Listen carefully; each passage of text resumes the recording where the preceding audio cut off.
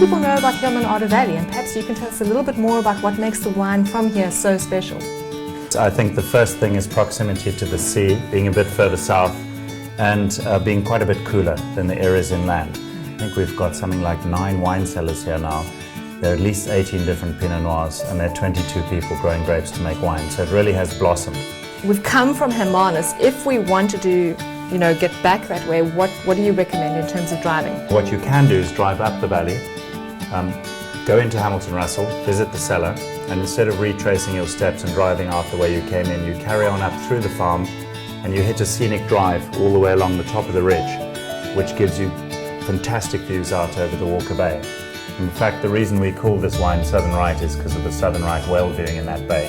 And the area around our vineyards here has more species of flowers than the United Kingdom. So it's something really worth driving through. Fantastic wine, beautiful scenery, amazing Cape Indigenous plain bourse. I mean, what more do you want? And then Wales on your doorstep. That's wonderful. Perfect. Thank Cheers. you.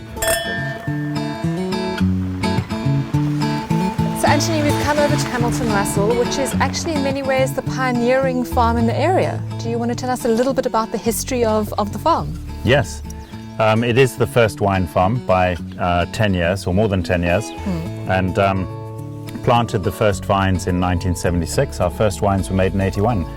So we now have our 34th vintage in the cellar. Of all the grape varieties that were planted in the early days, Pinot Noir and Chardonnay just shone. So it's a combination of not being too hot and having that wonderfully clay-rich soil.